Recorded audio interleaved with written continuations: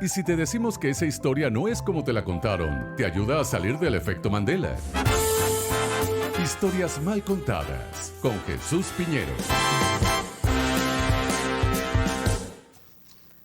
Bueno, y hoy en Historias Mal Contadas vamos a conversar sobre la vocación democrática de los venezolanos. Y para esto nos acompaña como cada lunes Jesús Piñero, periodista e historiador. Buenas tardes, Jesús, bienvenido. ¿Qué tal, Lila, profe? Gracias, como todos los lunes, por la invitación. Después de una jornada como la de ayer, es muy atinado hablar de esa vocación o el germen democrático en nuestra sociedad. ¿En qué momento empezamos a notar que el proyecto democrático era no solo el proyecto de país, sino que también estaba arraigado en cómo concebíamos los venezolanos dirimir nuestras diferencias y construir un Estado?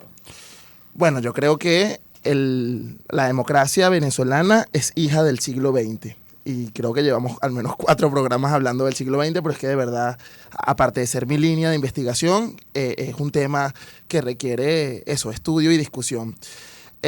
Yo creo, insisto, que la democracia venezolana es hija del siglo XX. En el siglo XX, por ejemplo, podemos ver, bueno, aparte de los 40 años que existieron de democracia, podemos decir, bueno, pero tuvimos otros 60 de una bota militar y tal. Claro, pero es que si vemos la democracia desde el poder, desde las instituciones, vamos a ver obviamente la preeminencia del sector armado. Pero si lo vemos desde la sociedad, vemos una sociedad movilizada, demandando y exigiendo derechos y libertades. Entonces, creo que la sociedad venezolana, no sé si coincida con Inés Quintero con el tema del ADN, de un ADN democrático, pero yo creo que sí es una sociedad que demanda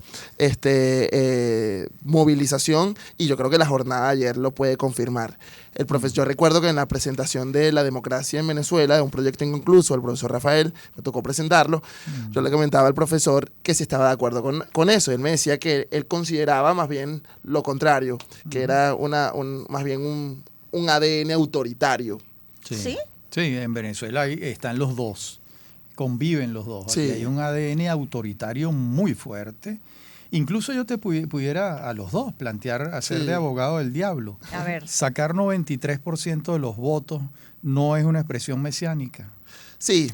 Bueno, pero yo también creo que una elección primaria moviliza militancia, ¿no? Claro, pero esto no es una expresión de la antipolítica. Sí. Llegar a esos puntos porcentuales, eso es democrático. Eso es que revela una conciencia democrática de la población. Yo creo que una cosa no excluye a la otra, tal cual. Yo creo que conviven ambas, ¿no? Porque el profesor Guillermo Tella Veledo siempre lo dice, lo democrático no excluye lo autoritario. Hay demócratas autoritarios. Uh-huh. Claro que yo creo que al final se trata de un tema de límites, pero sí, coincido plenamente, el 93% de los votos creo que contribuye con esa vocación también mesiánica, autoritaria. Necesitamos una persona, no varias, sino una que nos dirige. Bueno, yo creo que hay matices, hay grises, y yo creo que también, además de esa lectura, hay una lectura de qué está ocurriendo con nuestro sistema de partidos en los momentos actuales y cuál era esa otra oferta electoral. Sí. Para responder además a una elección interna que mide militancia, es decir, gente que está hiperinformada y gente que tiene una motivación particular a movilizarse, que no es nada despreciable que haya ocurrido. No, para nada. Ahora, claro, lo que tú dices es cierto, se trata de una elección de un mismo sector. Exactamente. Si fuese una elección general, esto es muy difícil que ocurra. Es muy difícil que ocurra. Claro. Sí, yo creo que tenemos más que una vocación autoritaria, pudiera ser una vocación personalista. Siempre vemos el poder conforme, o sea, no rostro, vemos con la cara de una gente. Pero, por ejemplo, ahora te pregunto, que hacías referencia a esos 40 años de democracia, aquí partidos muy importantes como Acción Democrática Acción Democrática y COPEI eran partidos de ideología. Sí. ¿En qué momento se fue desvirtuando la ideología para darle predominancia o prevalencia a la figura? Bueno, yo creo que es un fenómeno en universal. El mundo occidental, universal, sí. ¿No?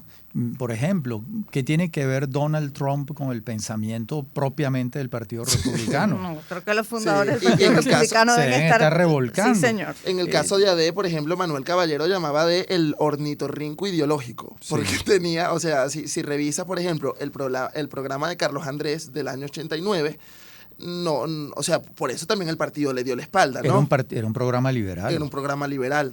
En un partido socialdemócrata. Exactamente. Entonces, sí, yo creo que es una tendencia tal vez de la segunda mitad del siglo XX para acá, de que esas ideologías... Mira, Colombia. En Colombia se desdibujaron totalmente. Un país que tuvo 200 años, dos partidos, el Partido Conservador y el Partido Liberal. Sí. Desaparecieron del mapa.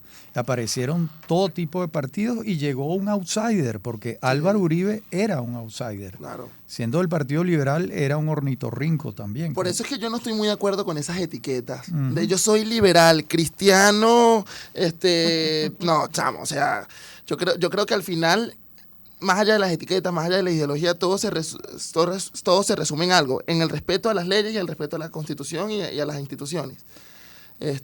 Porque tienes casos como, por ejemplo, Bukele en El Salvador. Bueno, es un presidente de derecha, pero que se extralimita en su poder. Y tienes casos como, por ejemplo, Chávez en Venezuela, que también se extralimitó.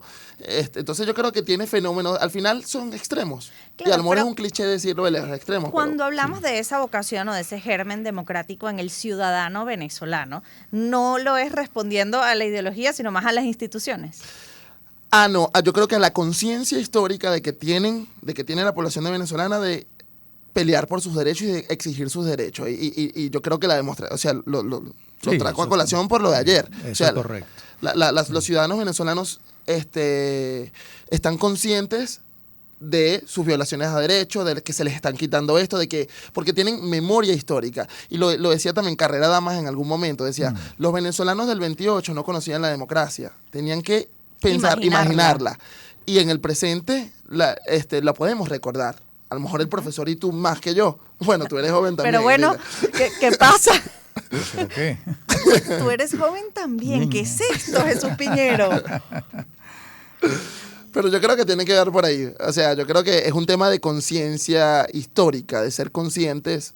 Yo no creo en el retroceso histórico, profe. Claro. O sea, yo no creo que estamos peor que no. O sea, yo siento nada. Que no le puedes decir eso a algún venezolano que vio la Guerra Federal, por ejemplo. Pregunto, hay estudios que a mí me han marcado mucho y lo he comentado en otras oportunidades. Por ejemplo, esto del latinobarómetro, de cómo en los grupos más jóvenes como tú, Jesús Piñero, en nuestro continente, se seducen mucho más por figuras autoritarias. Es decir, la democracia toma trabajo, lograr acuerdos es complicado, tienes que ceder.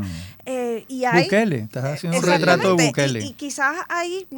están logrando captar a nuevos militantes jóvenes, figuras que no son precisamente democráticas. ¿Cómo se conjuga eso? Yo creo que esa amenaza siempre ha existido. Solo que ahorita tal vez las vemos más latente, por la crisis de la democracia en general. Pero yo creo que desde que las ideas empiezan a germinar sobre la democracia, al menos la democracia moderna, siempre ha existido esa amenaza de un destructor de la democracia y de los enemigos de la democracia. Solo que eso es algo que no puedes eliminar por completo. Yo creo que esa también es otra, de hecho, una ventaja de la democracia, estar en desacuerdo con ella. La cosa es que tienes que mantener a límites, ¿no? Porque... esa es la paradoja de Karl Popper. Tú no puedes ser tolerantes con los intolerantes porque se acaba la tolerancia. Entonces, nada, yo creo que es una de las tendencias más, que ha agarrado fuerza a lo mejor, pero a lo mejor en el futuro pierde fuerza. O sea, yo creo que al final se trata también de un tema de percepción. Hay jóvenes demócratas y jóvenes autoritarios. Ahora, lo interesante del día de ayer es que un camino que un sector importantísimo de la oposición desdeñó durante muchos años, ayer lo asumió de nuevo, el voto, el camino electoral. Sí. No hay otro. De hecho, Tomás Estraca tiene un artículo en ProDaVinci muy bueno que se llama La revolución del voto, para referirse al 18 de octubre. Sobre el 18 de octubre hay un debate si fue un golpe, una revolución.